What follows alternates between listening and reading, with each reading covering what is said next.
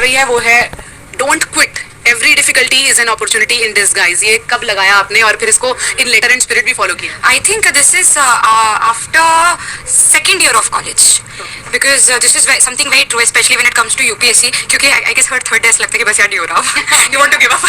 So you know, ये ऐसा लगता है? I think every third day लगता है ऐसा. It is so tough. So this is something, क्योंकि मैं यहाँ बैठ के पढ़ती हूँ या मैं यहाँ बैठ के पढ़ती हूँ, तो this is something जिस पर नजर पड़ती है कि नहीं करना है, do it, don't quit. Okay, leadership qualities की बुक भी हमें दिख रही है।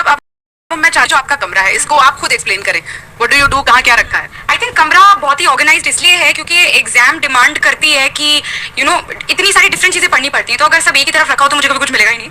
सो सब डिफरेंट है। फॉर इंस्टेंस ये पूरा मैंने फॉरेन पॉलिसी का बनाया क्योंकि इंटरनेशनल रिलेशंस मेरा ऑप्शनल रहा, तो उसका एक अलग सेक्शन बनाया।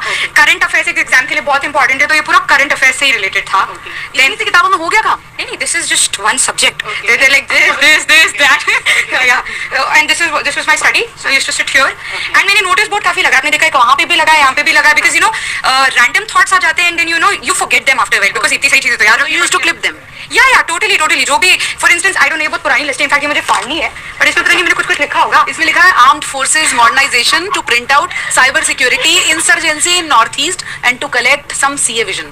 करंट अफेयर्स का मैगजीन उठानी है, बाजीराव की कोई डेट शिफ्ट करनी है, सो यू नो ये सब ये बहुत पुराना है। I actually have to pull it out. Okay, ये लेकिन बहुत इंटरेस्टिंग है उन लोगों के लिए जो प्रिपेयर कर रहे हैं कि कैसे आप छोटी छोटी चीजें जो है वो उनको याद रखना जरूरी है। अभी कोई थॉट आया फिर आप उसे भूल गए, तो बेहतर है इस तरह के बोर्ड्स रखिए और ऐसा एक जरूर रखिए जो आपको, जैसे टीना ने कहा कि हर तीसरे दिन लगता है कि अब नहीं हो रहा, आप छोड़ देते हैं बस, तो फिर आप इसकी तरफ देखिए। यही करती थी आप? जी, बिल्कुल यही करती थी। आगे चले, इधर में बताइए।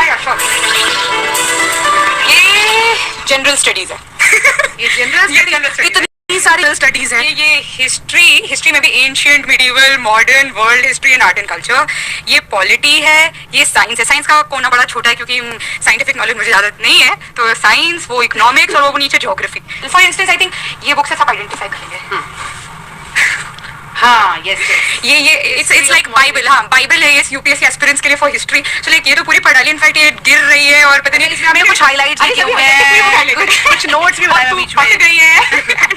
हाँ, इतनी आई गेस इतनी बार हैंडल किया है कि it's already and it's nearly highlighted to the core, क्योंकि नियरली याद करनी पड़ती है। उसके ऊपर भी मैंने याद करने के लिए पता नहीं क्या क्या बनाया है। अच्छा, आप बताइए, जैसे आपने कहा कि हर थर्ड डे लगता है कि छोड़ना है, यहाँ पे नोट्स भी बनाए हुए हैं, क्या लगता है जब जिन लोगों से नहीं हो पाता, 2-3 अटेम्प्ट में नहीं हो पाता, क्या गड़बड़ करते हैं वो? खैर ये तो अब सबका अपना इंडिविजुअल एक्सपीरियंस है कि क्या गलत करते हैं, बट आई थिंक एक चीज जो काफी बार बच्चे गलत सोचते हैं कि सिर्फ बहुत ज्यादा पढ़ना तो है, बट स्मार्टली पढ़ना है। आपको पता होना चाहिए कि एग्जाम की रिक्वायरमेंट क्या है एंड वो प्रिपेयर करना चाहिए। जब वो हो जाए उसके बाद फिर बाकी चीजें देखनी चाहिए। Newspapers, current affairs, do they help?